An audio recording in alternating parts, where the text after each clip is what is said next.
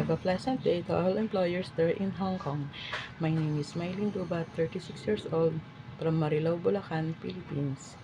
My religion is Christian, and I am high school graduate. I am married to Melvin Dubat, and I am a mother of three. 15 is my eldest, 13 is my second, and 5 is my youngest. My mother's name is Lewayway Montaliana, and my father's name is Sixto Montaliana, and they are both farmers. We are 9 siblings. I have 7 brothers and 1 sister, and I am 7th in the family. My aunt friend hired me to become their helper to taking good care of their 6 months old baby.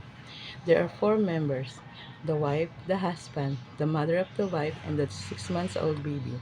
My duties and responsibilities is to taking good care of the baby, washing clothes, cooking, and cleaning the house. Madam Sir, this is my first time to work abroad, but I am confident to work there as your helper. Madam Sir, I am kind, honest, trustworthy, and hardworking person. And most especially, I love kids.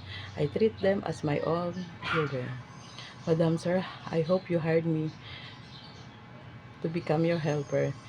See you soon. Bye-bye.